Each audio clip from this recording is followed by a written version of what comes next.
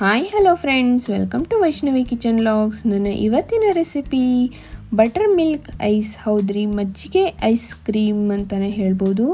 ಡಿಫ್ರೆಂಟಾಗಿ ಈಸಿಯಾಗಿ ಈ ಥರ ಮನೆಯಲ್ಲೇ ಹೆಂಗೆ ಮಾಡ್ಕೊಳ್ಳೋದು ಅಂತ ನಾನು ಇವತ್ತು ತೋರಿಸ್ಕೊಡ್ತಾ ಇದ್ದೀನಿ ರೀ ಫ್ರೆಂಡ್ಸ್. ಈ ಬೇಸಿಗೆ ಕಾಲದಾಗ ಈ ಥರ ಮಜ್ಜಿಗೆ ಐಸು ಮಾಡ್ಕೊಂಡು ತಿನ್ನೋದ್ರಿಂದ ಭಾಳ ಅಂದ್ರೆ ಭಾಳ ಮಸ್ತ್ ರೀ. ಹೆಲ್ತಿಗೂ ಒಳ್ಳೆಯದು. ಈ ಥರ ಮನೆಗೆ ನಾವು ಈಸಿಯಾಗಿ ಸೂಪರ್ ಟೇಸ್ಟಿಯಾಗಿ ಮಾಡ್ಕೋಬೋದು ನೋಡಿರಿ ಫ್ರೆಂಡ್ಸ್. ಈ ಬೇಸಿಗೆ ಕಾಲ ಬಂತ್ರಿ, ಇವಾಗ ಎಲ್ಲ ಕೋಲ್ಡ್ ತಿನ್ನಬೇಕು, ತಂಪಂದು ಏನಾರು ತಿನ್ನಬೇಕು ಅಂತ ಭಾಳ ಅನ್ನಿಸ್ತಿರ್ತೈತಿ.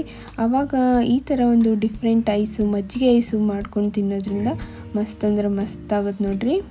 ಇವಾಗ ನಾವಂತೂ ಈ ಸ್ಕೂಲ್ ಟೈಮ್ನಾಗೆಲ್ಲ ಈ ಥರ ಭಾಳ ತಿಂತಾಯಿದ್ವಿ. 1 ರೂಪಿಗೊಂದು, ಆಮೇಲೆ 2 ರೂಪೀಸ್ಗೊಂದು ಎಲ್ಲ ಸಿಗ್ತಾಯಿತ್ತು. ಯಾರೆಲ್ಲ ನೀವು ಇದೇ ಥರ ಸ್ಕೂಲ್ ಟೈಮ್ ಒಳಗೆ ತಿಂತಾಯಿದ್ರಿ ಅಂಥೇಳಿ ನಂಗೆ ಕಮೆಂಟ್ಸ್ ಒಳಗೆ ತಿಳಿಸಿ ಫ್ರೆಂಡ್ಸ್. ಇವಾಗ ನೋಡಿರಿ, ಇದಕ್ಕೆ ಉಪ್ಪು ಮತ್ತು ಇಲ್ಲಿ ಜೀರಿಗೆ ಪುಡಿ, ಒಂದು ಸ್ವಲ್ಪ ಮೊಸರು.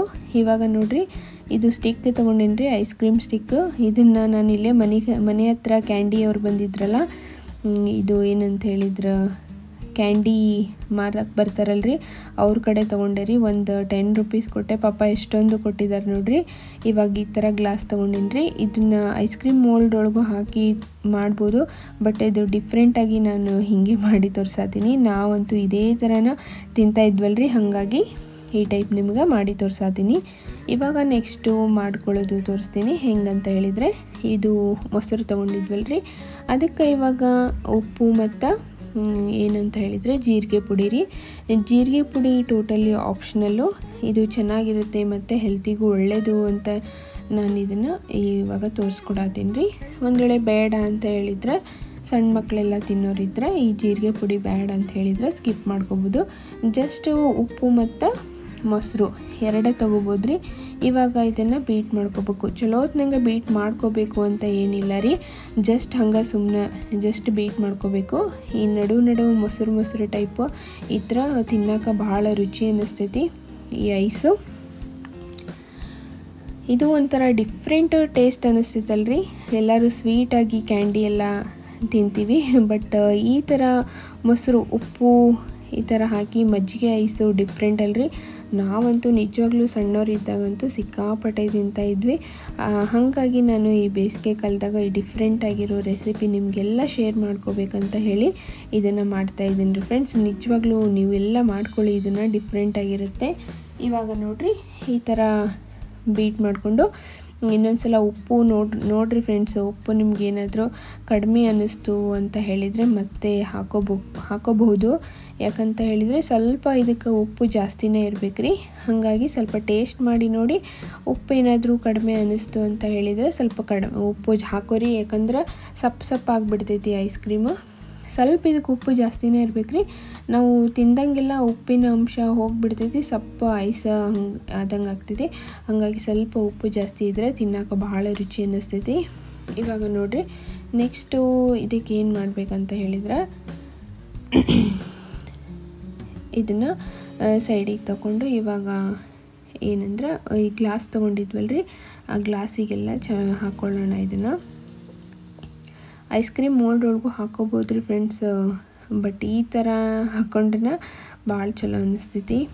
ನಾವೆಲ್ಲ ಈ ಗ್ಲಾಸ್ ಒಳಗೆ ತಿಂತಾ ಇದ್ವಲ್ರಿ, ಹಾಗಾಗಿ ಆ ನೆನಪು ಮತ್ತೆ ಬರಲಿ ಅಂತ ಹೇಳಿ ನಾನು ಈ ಟೈಪ ಮಾಡ್ಕೊಳತೀನಿ. ಮಸ್ತ್ ಡಿಫ್ರೆಂಟ್ ಅಲ್ಲ ರೀ. ನೀವು ಎಲ್ಲ ಸ್ಕೂಲ್ ಟೈಮ್ನಾಗ ಯಾರೆಲ್ಲ ಈ ಟೈಪು ತೊಗೊಳ್ತಾ ಇದ್ರಿ, ಈ ಟೈಪ್ ತಿಂತಾಯಿದ್ರಿ ಅಂತ ಹೇಳಿ ನಂಗೆ ಕಮೆಂಟ್ಸ್ ಒಳಗೆ ತಿಳಿಸ್ರಿ. ನೋಡ್ರಿ, ಇವಾಗ ಎಲ್ಲ ಗ್ಲಾಸಲ್ಲಿ ಈ ಥರ ಹಾಕೋಬೇಕು.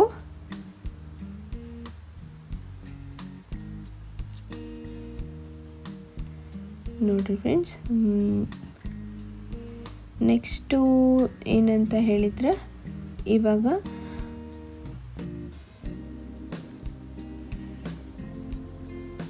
ನೋಡ್ತಾ ಇರ್ಬೋದು. ಇವಾಗ ಇದಕ್ಕೊಂದು ನಾನು ಒಂದು ಟ್ರಿಕ್ ಹೇಳ್ತೀನಿ ರೀ. ಏನಂತ ಹೇಳಿದ್ರೆ, ನಿಮ್ಮ ಮನೆಯೊಳಗೆ ಇವಾಗ ಯಾವುದೇ ಥರದ್ದು ರಟ್ಟು, ಅಂದರೆ ಈ ಥರ ಬುಕ್ಕಿಂದು ರಟ್ಟಿದ್ರೆ ಅದಕ್ಕೆ ನೋಡಿರಿ, ಈ ಥರ ರೌಂಡ್ ಶೇಪ್ ಒಳಗೆ ಕಟ್ ಮಾಡಿಕೊಂಡು ಒಂದು ಹೋಲ್ ಮಾಡ್ಕೊರಿ ಮಿಡಲ್. ಎಲ್ಲ ಏನಂದರೆ ಪೇಪರ್ಸ್ ಅಥವಾ ರಟ್ಟು ಇದೇ ಥರನ ಕಟ್ ಮಾಡಿಕೊಂಡು ಇಟ್ಕೋಬೇಕು. ಯಾಕಂತ ನಿಮ್ಗೆ ಆಲ್ಮೋಸ್ಟ್ ಕೆಲವೊಬ್ಬರಿಗೆ ಗೊತ್ತಿರ್ಬೋದು, ಗೊತ್ತಿಲ್ಲ ಅಂತ ಹೇಳಿದರೆ ಈ ಟ್ರಿಕ್ಕು ಫಾಲೋ ಮಾಡಿರಿ ಫ್ರೆಂಡ್ಸ್. ಭಾರಿ ಚೆನ್ನಾಗಿ ಟ್ರಿಕ್ ಅಂತಲೇ ಹೇಳ್ಬೋದು. ಏನಂತ ಹೇಳಿದರೆ ಇವಾಗ ರೌಂಡ್ ಶೇಪಾಗಿ ಎಲ್ಲನೂ ಈ ಥರ ಕಟ್ ಮಾಡ್ಕೊಂಡು ಇಟ್ಕೋಬೇಕ್ರಿ. ನೋಡಿರಿ ಇವಾಗ ಇದು ಏನಂತ ಹೇಳಿದರೆ ಐಸ್ ಕ್ರೀಮ್ ಸ್ಟಿಕ್ ಬರುತ್ತಲ್ರಿ, ಇದನ್ನು ಇದ್ರೊಳಗೆ ಹಾಕಿ ಈ ಥರ ಇಡಬೇಕು. ಯಾಕಂತ ಹೇಳಿದರೆ ಇವಾಗ ನೋಡಿರಿ ಹಾಗೆ ಇಟ್ಬಿಟ್ರೆ ನಾವು ಅದು ಏನಂದ್ರೆ ಐಸ್ ಕ್ರೀಮ್ ಕಡ್ಡಿ ಇರುತ್ತಲ್ರಿ ಸೈಡ್ ಹೋಗಿಬಿಡ್ತೈತಿ. ಹಾಗಾಗಿ ಐಸ್ ಕ್ರೀಮು ಈ ಥರ ಸೈಡ್ ಹೋತಂದ್ರೆ ಎಲ್ಲ ತಿನ್ನೋಕ್ಕೆ ಸರಿಯಾಗಂಗಿಲ್ಲ ರೀ. ಕರೆಕ್ಟಾಗಿ ಅದರೊಳಗೆ ಸರಿಯಾಗಿ ಸ್ಟಿಕ್ಕು ನಿಂತ್ಕೋಬೇಕು ಅಂತ ಹೇಳಿದರೆ ಈ ಟ್ರಿಕ್ಕನ್ನು ಫಾಲೋ ಮಾಡಬೇಕು. ಯಾವುದಾದ್ರೂ ರೀ ನಮ್ಮ ಮನೆಯೊಳಗೆ ಯಾವುದಾದ್ರೂ ವೇಸ್ಟು ಇರುತ್ತಲ್ರಿ ಬಾಕ್ಸು, ಅದರದ್ದು ಕಟ್ ಮಾಡಿಕೊಂಡು ಈ ಥರ ಮಾಡಿ ಇಟ್ಕೋಬೋದು. ಇದೊಂದು ಒಳ್ಳೆ ಟ್ರಿಕ್ ಅಲ್ಲ ಫ್ರೆಂಡ್ಸ್, ಸೂಪರಾಗಿ. ಯಾರಿಗೆಲ್ಲ ಗೊತ್ತಿಲ್ಲ ಈ ಟ್ರಿಕ್ಕನ್ನು ಫಾಲೋ ಮಾಡಿ, ತುಂಬ ಚೆನ್ನಾಗಿರುತ್ತೆ ಫ್ರೆಂಡ್ಸ್.